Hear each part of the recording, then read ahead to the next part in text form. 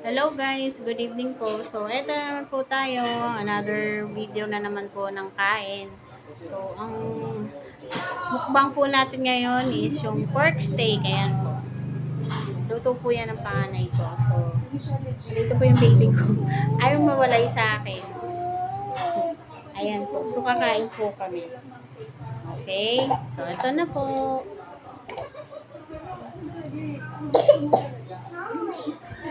Ito siya.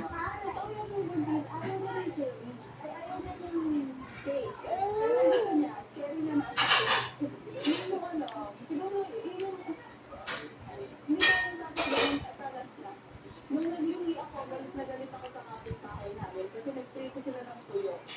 Inutusan ko asawa ko na sabihin ko ang magprito. Sinabi ko yung kapitbahay, huwag magprito.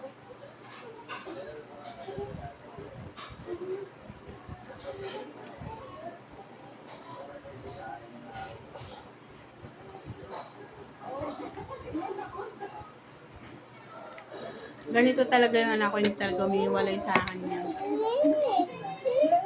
Ayan lang po. Thank you po. Thank you for watching.